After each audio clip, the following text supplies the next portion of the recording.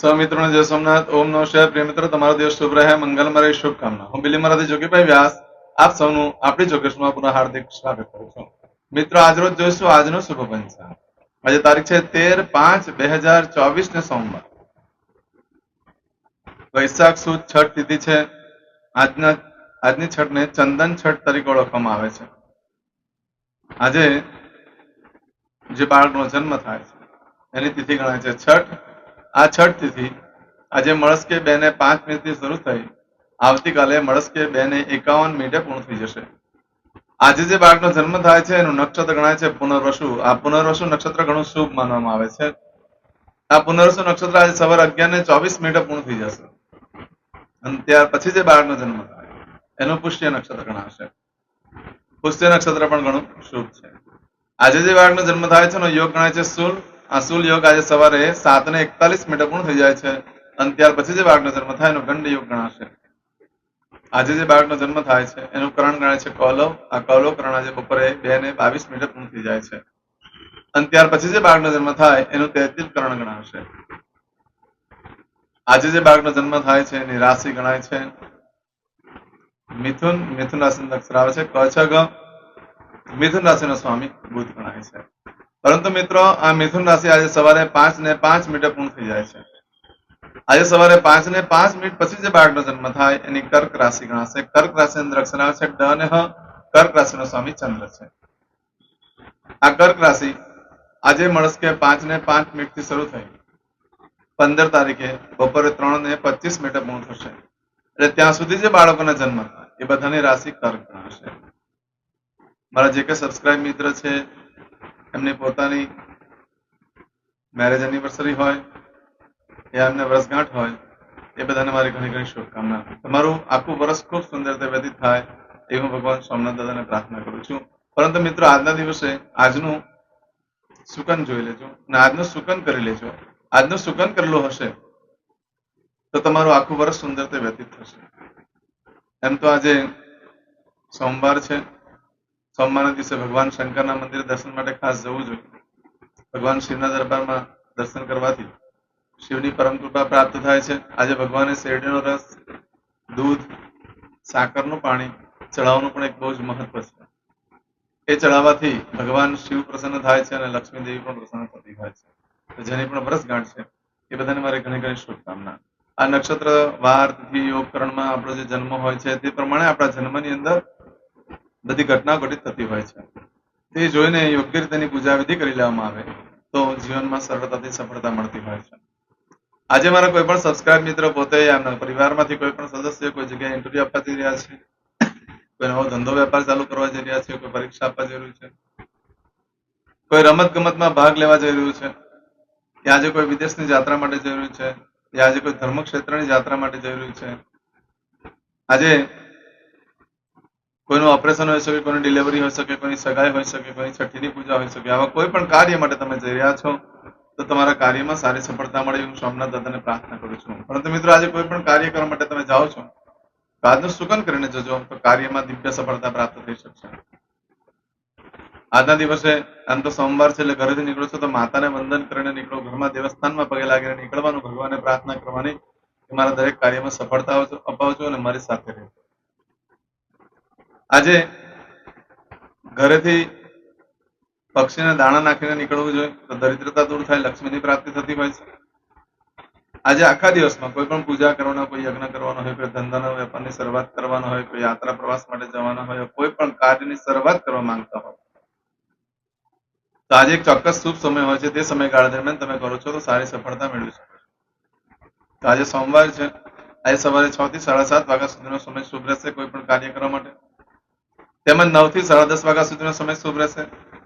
તેમજ બપોરે 1:30 થી સાંજે 7:30 વાગ્યા સુધીનો સમય શુભ રહેશે.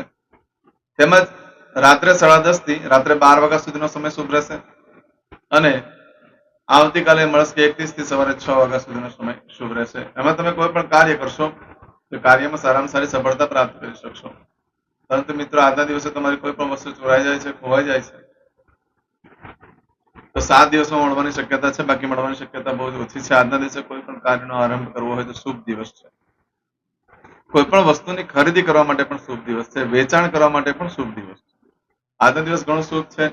આજે કરેલા કાર્યમાં હંમેશા માટે સુખ સમૃદ્ધિ પ્રાપ્ત થતી હોય છે એવો આજનો દિવસ છે. ઘરમાં શુભ પ્રસંગો આવે છે, શુભદાયક કાર્યક્ષેત્ર ઘરમાં થતું હોય છે. આજે પશુ ખરીદવા માટે પણ ઉત્તમ, દસ્તાવેજ ઉપર સાઇન કરવા માટે પણ ઉત્તમ છે. રમત ગમતમાં ભાગ લેતા હોય એ લોકો આજે કોઈ પણ એક ફોર્મ ઉપર સાઇન કરી દે તો એ લોકોને કાર્યમાં સારી સફળતા મળી શકે છે. આજે ઇન્ટરવ્યુ આપવા માટે પણ બહુ સરસ છે.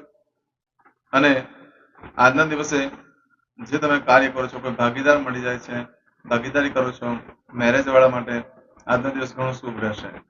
એ લાંબો સમય સુધી સુખ આપનાર વસ્તુ બને જે કે તમે આજે કાર્ય કરો છો.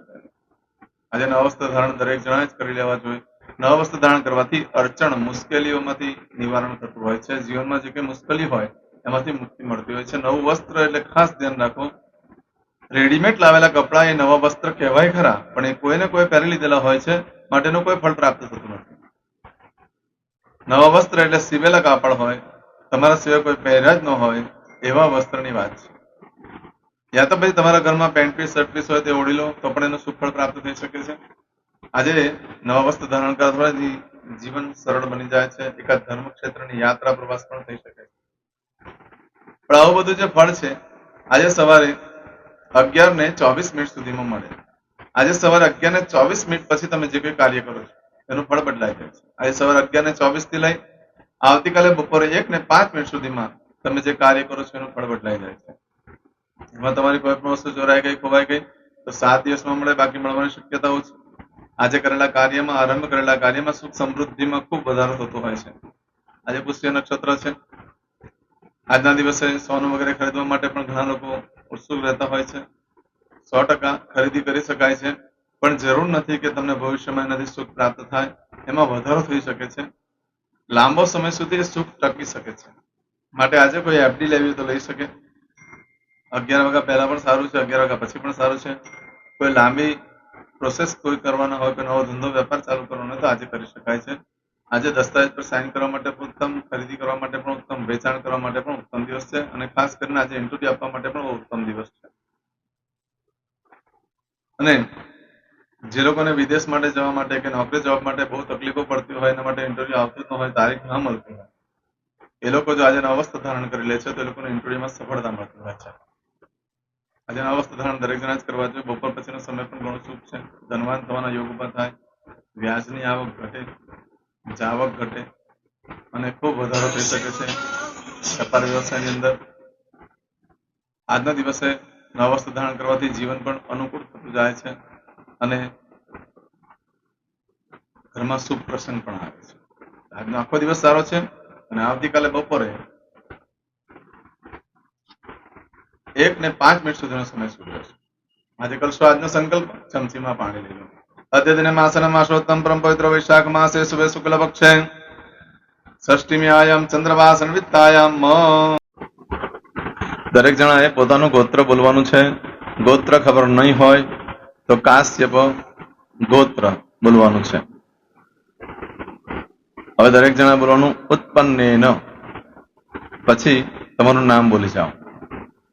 હવે બોલો મમ આત્મન શ્રુતિ સ્મૃતિ પુરાણોક્ત પુણ્ય ફલ પ્રાપ્તિ અર્થમ ઐશ્વર્યાદિ અભિવૃદ્ધિ અર્થમ અપ્રાપ્ત લક્ષ્મી પ્રાપ્તિ અર્થમ પ્રાપ્ત લક્ષ્મ્યાઃ ચિરકાલ ક્ષૌ રક્ષણાર્થ સકલ મન ઈપ્સિત કામના.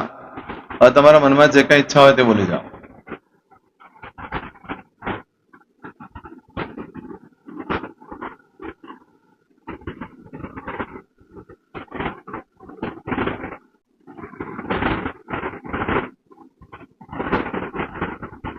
બોલો અનુસાર્થ સમ સિદ્ધિ અર્થમ લોકે સભાયામ રાજદ્વારે વ્યાપારે વિદ્યા અભ્યાસે સર્વત્ર યશ વિજય લાભાદિ પ્રાપ્તિ અર્થમ ઇહ જન્મની જન્માંતરે વા સકલ દૂરિત उपशमनार्थम चतुर्विध पुरुषार्थ सिद्धि अर्थम त्रिविध ताप उपशमनार्थम तथा च मम जन्म समय उदित नक्षत्र योग करण राशि तिथि वार देवता द्वारा अशुभ फल दोष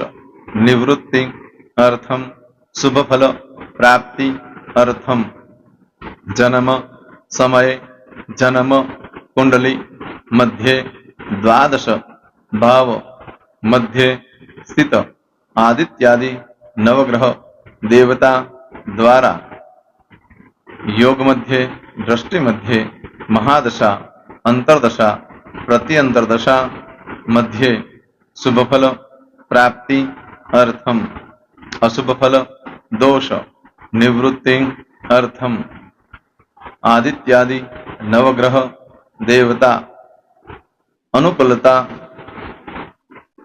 सिद्धि अर्थम दश दिगपाल देवता प्रसन्नार्थम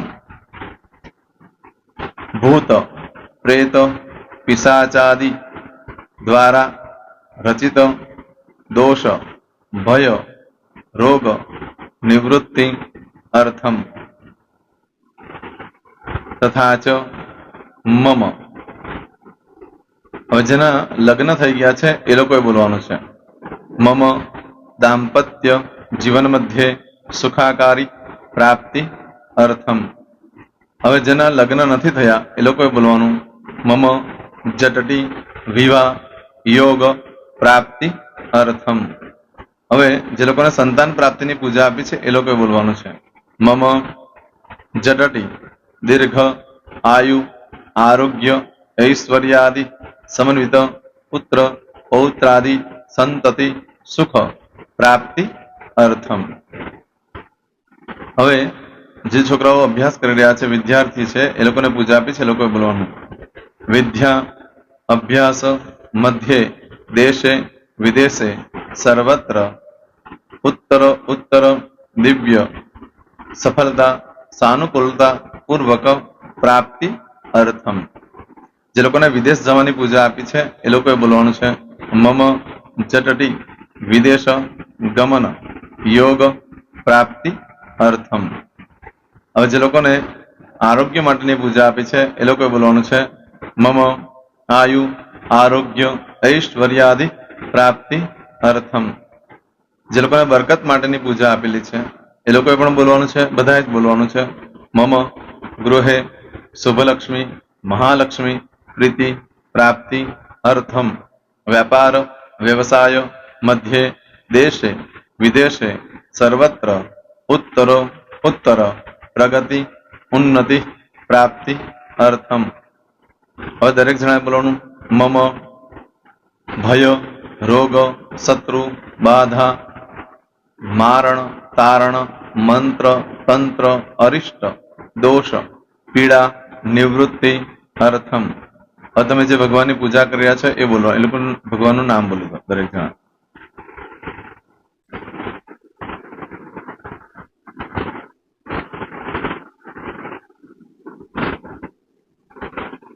બોલો દેવતાનામ પૂજન અર્ચન અહમ કરીશ્યે પાણી મૂકી દેવાનું છે હવે જ્યારે પૂજા પતી જાય એટલે છેલ્લે પાછું ચમચીમાં પાણી લેવાનું અને બોલવાનું છે વિષ્ણવે વિષ્ણવે વિષ્ણવે નમો નમઃ વિષ્ણુ સ્મરણાત સર્વમ પરિપૂર્ણમસ્તુ એતાની ગંધ પુષ્પ ધૂપ દીપ નૈવેદ્ય તામ્ર દક્ષિણ વક્ષણ સહિત બોલો મમ સકલ મન કામના સિદ્ધિ અર્થમ પૂજન અર્ચન જે ભગવાનની પૂજા કરી હોય તે દેવનું નામ બોલી દો